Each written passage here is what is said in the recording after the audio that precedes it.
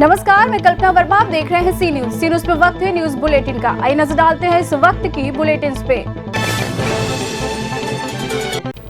जिला पीलीभीत के कस्बा पूरनपुर के 4 युवक स्कॉर्पियो में सवार होकर कई दिनों से उधम मचा रहे थे। स्कॉर्पियो में लगा पुलिस का सायरन बजाकर लोगों को डरा धमका रहे थे। जो भी बच्चा बूढ़ा या जवान मिलता उसकी पिटाई लगाते, फिर मुर्गा बनाते और उसके बाद रुपयों का लेन देन करके गाड़ी से भाग जाते थे। गुरुवार को ये गाड़ी मांधो टांडा क्षेत्र में पहुंची। इस गाड़ी में सवार 4 युवकों द्वारा खुद को पुलिस वाला बताकर भोले वाले ग्रामीणों से लॉक डाउन का उल्लंघन के लिए उन्हें धमकाते हुए उगाही भी की। यही नहीं, उन्होंने खुद को पुलिस वाला भी बताया। शक होने पर ग्रामीणों ने 4 युवक को दबोचकर इनकी अच्छी खासी फजीहत की।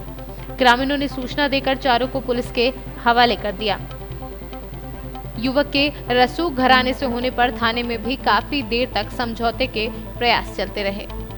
वहीं ग्रामीणों को जब इसकी जानकारी लगी तो उनमें आक्रोश भड़क गया और उन्होंने थाने पहुंचकर युवकों के खिलाफ कार्यवाही की मांग करते हुए तहरीर दी। क्या नाम है आपका? हमारा नाम साहब सिंह। और साहब सिंह, क्या हुआ आपके साथ? हाँ जी सर, हम कंपेन की उगाई करके आ रहे थे।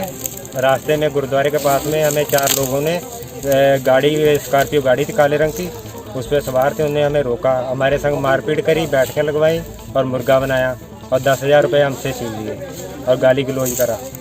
क्या आपने जानने की कोशिश नहीं करी वो लोग कौन थे? हाँ जी सर, हमने जान लिया है, वो पट्टी के लोग हैं। उनके नाम हमारे पास लिखे हुए हैं। क्या नाम है इनका? उनका नाम, उनके पिता का नाम सुखविंदर सिंह, उनके दोनों लड़के और एक कृष्णा राजेश सिंह जो पूरनपुर के हैं, मुरली का लड़का जो पूरनपुर का है, और गाड़ी नंबर है UP 26 AF 6886। फिर उसके बाद क्या हुआ? उसके बाद पुलिस वगैरह को सूचना दी है? सर पुलिस को सूचना नहीं दी, वो इतने हमारे सूचना देना जा रहे हैं। हमको ट्रैक्टर चला रहे थे, रोड के किनारे ट्रैक्टर चलाया, ट्रैक्टर रोक के हमको बोले तो पहले 2-3 तो डंडे वाले बोले आगे ट्रैक्टर नंबर नहीं है, जे रहे बोले, हम जो जुताई कर रहे थे, बाजरा हो रहे थे। फिर बाद में बोले 2,000 रुपये मुझसे जेब में निकले, वो छीन ले गए। अच्छा। और 2-3 डंडे वाले गाली भी दे रहे थे और कह रहे थे कि हम अभी चालान कर दें ट्रैक्टर का। हमारे पास 5200 रुपये थे, जिसमें से 1200 रुपये छोड़े, 4,000 लगे। क्या बोले? बोले साले तेरे मुँह पर मास्क नहीं है, तुझे अंदर ले जाके डालूंगा, 15 दिन रखूंगा, ना पैसे दे। तो हमारे पास 5200 रुपये थे, जिसमें से 4,000 लगे, 1200 रुपये। जो हम गांव में आए सर, तो हमें पता लगा कि ये लोग गांव में भी छोटे छोटे बच्चों की बहुत मारा, जो रास्ते मिला उसे मारा। और अपने आप को बता रहे थे कि पुलिस वाले हैं हम लोग, और जे तुम आप ऐसे घूम रहे हो, ये कर रहे हो, वो कर रहे हो, तो वही गाली देने लगे। बोलो किस चीज़ पे सवार होके आए थे? काली स्कॉर्पियो थी गाड़ी। पीलीभीत से सी न्यूज संवाददाता हैदर खान की रिपोर्ट। पाली थाना अंतर्गत सामूहिक दुष्कर्म का मामला सामने आया है, जहां 2 युवकों ने एक आदिवासी महिला के साथ सामूहिक दुष्कर्म किया। घटना के संबंध में जानकारी देते हुए अनुविभागीय अधिकारी ने बताया कि एक आदिवासी महिला अपने परिचित के साथ शेडूल बाजार गई थी। वापस लौटते समय महिला एवं उसका साथी जंगल के रास्ते में पेड़ के नीचे छांव में बैठे हुए थे। उसी समय 2 युवक वहां पहुंचे, जिनका नाम रेशम यादव एवं राम खेलावन यादव, दोनों निवासी ग्राम हथपुरा के हैं। इन दोनों युवकों ने पहले तो युवती के साथी के साथ मारपीट कर उसको भगा दिया और फिर दोनों युवकों ने आदिवासी युवती के साथ बारी बारी से दुष्कर्म किया। पुलिस ने फरियादी युवती की शिकायत पर सामूहिक दुष्कर्म एवं मारपीट करने की धारा के तहत मामला पंजीबद्ध कर तत्काल दोनों युवकों को गिरफ्तार कर न्यायालय प्रस्तुत किया, जहां से दोनों आरोपियों को जेल भेज दिया गया है। एक हथपुरा की आदिवासी महिला थी, वो 3-4 वर्षों से पति से अलग रह रही थी और शेड्यूल में वो मजदूरी करती थी। जिस राजमिस्त्री के साथ काम करती थी, लॉकडाउन के बाद उसने उसको बुलाया, उसे बाजार जाना था कुछ शेड्यूल सामान खरीदने।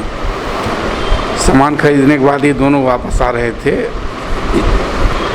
जंगली रास्ता पड़ता, वहाँ पे ये दोनों एक पेड़ के नीचे बैठे थे।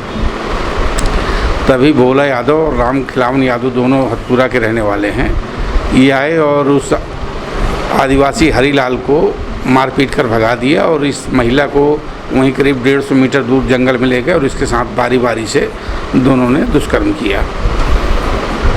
इस पर हरीलाल बैगा ने 100 डायल पे रिपोर्ट की, 100 डायल वहाँ पहुँची और 7 महीने लेके आई। मुकदमा पंजीबद्ध हुआ था, जिनकी समस्त औपचारिकताओं के बाद आज गिरफ्तारी कर ली गई।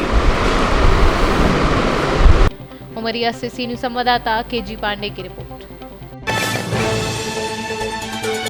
महाराजगंज जिले के निचनौल तहसील के अंतर्गत ग्राम सभा इटहिया के टोला डुमरी में पोखरे की जमीन को अवैध तरीके से मिट्टी डालकर कब्जा करने का मामला प्रकाश में आया है। बता दें कि ग्रामीणों का कहना है कि पोखरे की जमीन को ग्राम प्रधान की मिली भगत से संख्या 140 रकबा और 0.028 है, जो भीमपुत्र नेऊर द्वारा झोपड़ी डालकर कब्जा किया गया है। क्या नाम है आपका? कहाँ के रहने वाले हैं? कैसी समस्या चल रही है आपके गांव में? नहीं, ये कैसा पोखरी है? तो इसको कौन पाट रहा है? अवैध तरीके से इसको पाट रहे हैं। इसकी शिकायत आप लोग कहीं किसी अधिकारी से किए हैं? तो क्या बताएं?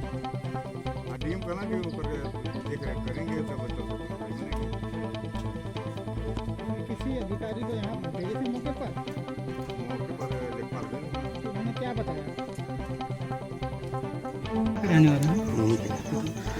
कैसी समस्या है आपके यहाँ? ये समस्या भाई पोखरी खाती दौड़ता ना लो। कैसा पोखरी? ये भर ले खाती।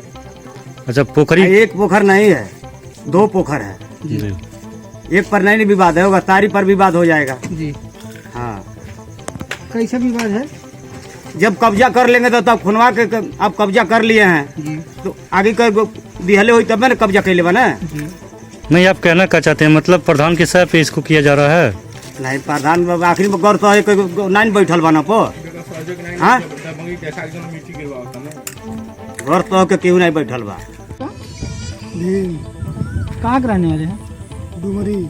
आपके गांव के ग्रामीणों ने आरोप लगाया कि आप अवैध जो है निर्माण करवा रहे हैं यहाँ पोखरी के जमीन में।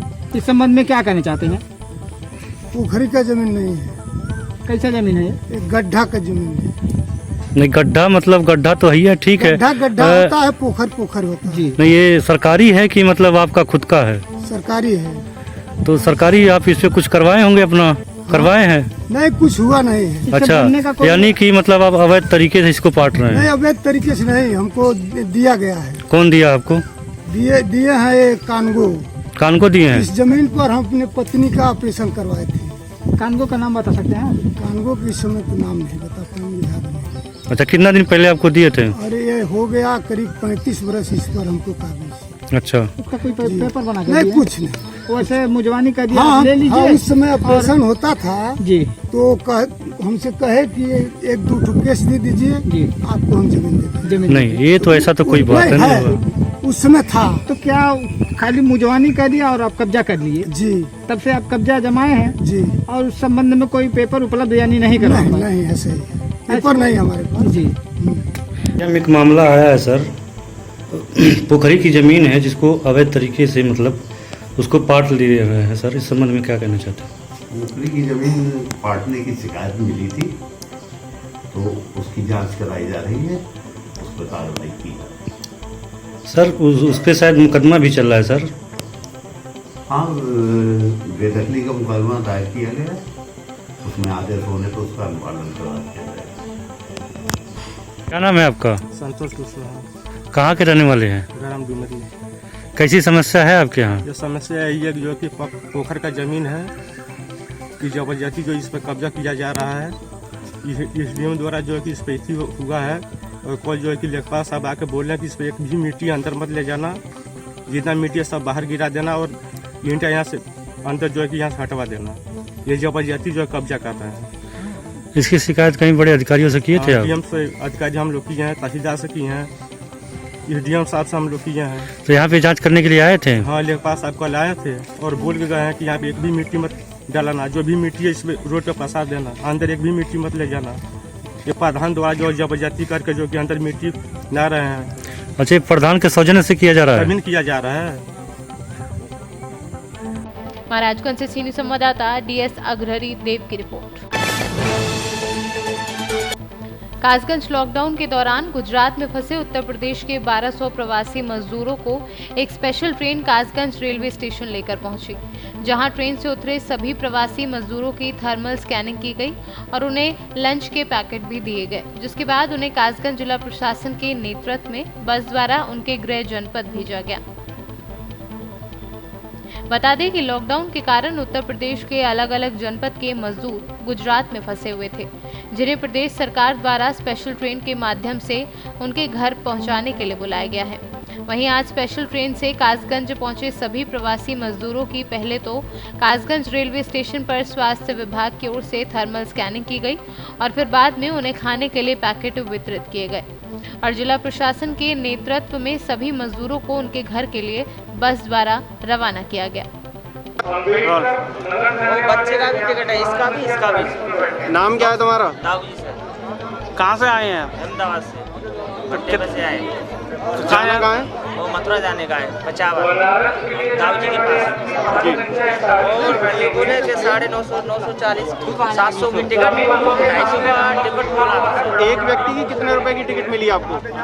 एक हमको तो पूरी 900 रुपये की पड़ी है, 940 की टिकट है हमारी। तो जैसा दिया तो 940 कटा है ना, तो 940 की टिकट दी। बच्चों की टिकट ली है? बच्चों की टिकट है। कितनी टिकट ली है आपने? अब हमारे को तो दी है 4, तो बच्चों की 5। कितने बच्चे हैं? मेरे 4 हैं सर, तो एक घर वाली एक भाई है जी, तो हमारे हुई ना 5। तो बोले कि उनका भी 2 साल से बच्चा ऊपर का, उसका भी टिकट लगेगा। उसका टिकट लगेगा। तो फिर इसका छोड़ दिया था, इसका भी लगा, इसका भी लगा। तो स्टेशन पे मिल रही थी टिकट? हाँ, स्टेशन पे काटी थी टिकट। और सीट बोला कि उन्होंने, मैंने तो पैसा भर दिया, इसीलिए। क्या नाम है आपका? राजकुमार शर्मा। कहाँ जाना है आपको? कहाँ से आए थे? आगरा से जाना है, गुजरात से आए हैं अहमदाबाद। तो आपको जो टिकट प्रोवाइड किया है, क्या पूरा मामला है? टिकट वहीं पे रेलवे स्टेशन पे प्रोवाइड कराई थी, कोई प्रॉब्लम नहीं आई यार। एक तरफ तो सरकार कह रही है टिकट क्या फ्री पर प्रोवाइड कराई थी? नहीं, पैसे लिए थे 500 रुपये। 500 रुपये में पानी की बोतल फ्री थी और उसके बाद टिकट प्रोवाइड उन्होंने कराई थी। तो यानी किराया लिया गया था आप लोगों से? 500। सरकार कहती है कि हम सभी श्रमिकों को उनके घर फ्री में ट्रेन चला के पहुँचाएंगे। नहीं, 500 रुपये लिया उनके। क्या नाम है आपका? अवनीश। अवनीश जी, कहाँ से आ रहे हैं आप? गुजरात से। गुजरात से आज आप यहाँ कासगंज पहुँचे, कहाँ जाएंगे आप? हम शाहजहानपुर जिले में। तो ये आप वहाँ से आए हैं ट्रेन के माध्यम से, क्या टिकट वगैरह ली गई थी? हाँ, टिकट ले गई। किसने रुपए दिए? 60 रुपये। सेठ ने मेरी तनख्वाह में से 700 रुपये काटे। और जहाँ पे चलते आए वहाँ पे टिकट मिला हमको। यानी एक टिकट के 700 रुपये? 700 रुपये। वैसे टिकट कितने की होती है? अब टिकट तो ये बोले कि 700 रुपये में घर तक पहुँचाएंगे। 700 रुपये में कहीं पे पैसे नहीं पड़ेंगे। अगर नहीं, ये योगी और मोदी सरकार कह रही है हम लोग फ्री व्यवस्था कर रहे हैं। तो हम पे तो पैसे लिए गए हैं और ये बोला गया कि तुम पे पैसे नहीं लिए जाएंगे, तुम पे घर पे पहुँचाया जाएगा 700 रुपये में। यानी फ्री में जो व्यवस्था थी वो गलत साबित हो रही है। हाँ। आज जो श्रमिकों की ट्रेन आई है इसमें सभी लोगों ने टिकट ली थी? हाँ, टिकट दी गई थी। अब चढ़ते टाइम पे टिकट दी गई थी हमको, पैसे नहीं लिए गए थे। किसने दी थी टिकट? अब कोई अधिकारी लोग थे, उन्हीं ने दी थी, पुलिस वाले। सेठ ने पैसे कटवाए? हाँ, ठीक। कासगंज से सीनियर संवाददाता विशाल चौधरी की रिपोर्ट। जनपद हरदोई के बेनीगंज कोतवाली क्षेत्र में लॉकडाउन में एक मोटरसाइकिल पर 3 से 4 लोग बिना मास्क व बिना हेलमेट के धड़ल्ले से कर रहे हैं आवागमन, जिसे देखते हुए बेनीगंज पुलिस द्वारा चलाया गया वाहन चेकिंग अभियान, जिसमें बेनीगंज के नेताओं के द्वारा गाड़ियां छुड़वाने पर बेबस नजर आई पुलिस। आलम यह है कि वाहन चेकिंग अभियान में पकड़े जाने पर सिर्फ नेताओं का नाम बताने से ही पुलिस द्वारा तुरंत छोड़ दिया जाता है, तो वहीं कुछ लोगों के चालान भी काटे गए। हरदोई से कैमरा पर्सन दिलीप कुमार के साथ प्रदीप वैश्य की रिपोर्ट। इस वक्त की न्यूज बुलेटिन में फिलहाल इतना ही। बाकी देश और प्रदेश की तमाम बड़ी खबरों के लिए बने रहिए सी न्यूज के साथ। हर खबर आपके साथ, आपके हाथ।